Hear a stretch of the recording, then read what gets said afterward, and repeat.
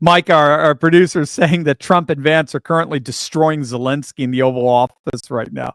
Oh my gosh! If you want to react to the clip, do you have the clip ready, Micah? You want to show it? Had problems bringing people into your military? We have problems. And do you think that it's respectful to come to the Oval Office of the United States of America and attack the administration that is trying to prevent the destruction of your country? A lot of questions. Let's start from the beginning. Sure. First of all, during the war, everybody has problems. Even you, but you have nice ocean and don't feel now, but you will feel it in the future.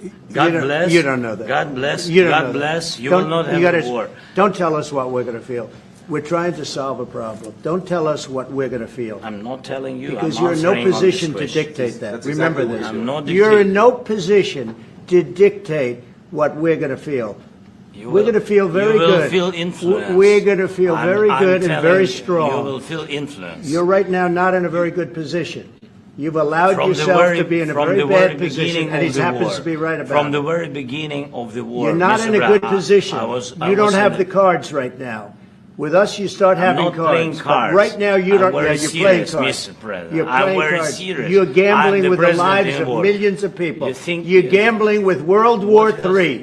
You're gambling with World War III.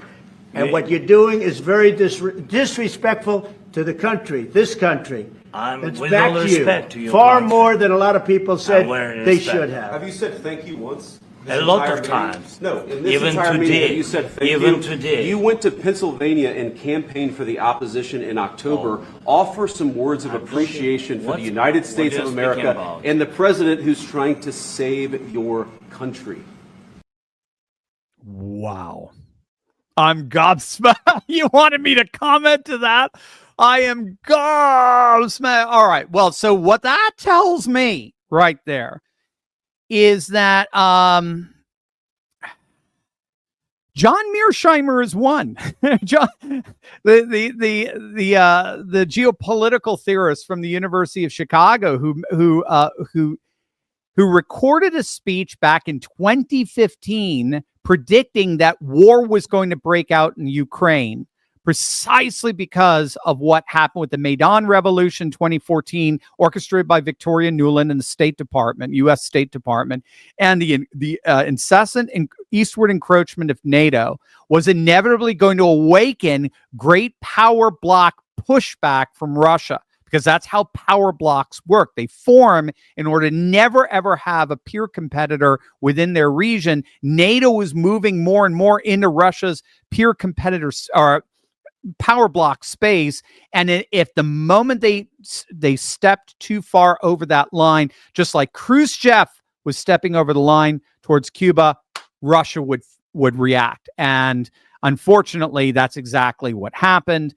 And it sounds to me that Trump and Vance are 100% behind that thesis. We were told for 3 years. We have been told, it's not just me, it's our Alex and Alexander of the Duran and a number of others. We have been told that we were Putin puppets for pushing that thesis of why this war started. We were told we were just echoing pro-Putin talking points, pro-Russia talking points. I've been told that. I've read it in the comments. Well, I guess, well, Putin must have some incriminating information on Trump. I could already see it now. I mean, it was so obvious this war should never have broken out. This is the direct result of the neocons, these fundamentalist neocons taking over the State Department, the CIA, and the Pentagon, and pushing war with Russia. And they believe, I mean, George Soros wrote about this back in the early 90s. If we use NATO technology, but Ukrainian troops, or I think he said Eastern European troops, because Eastern Europeans can stomach casualties in a way that Westerners couldn't.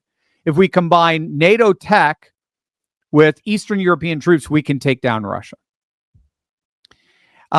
Yes. Our producer, Micah, said Vance actually got involved in the discussions compared to Pence, where he just sat there passively and pensively, shall we say. So I yeah, I think what happened, as I think that this constant encroachment on Russia and on the Russian great power sphere that globalists did never acknowledge, because they saw the world as their power sphere, sparked this war. Russia was preparing for it for 10 years.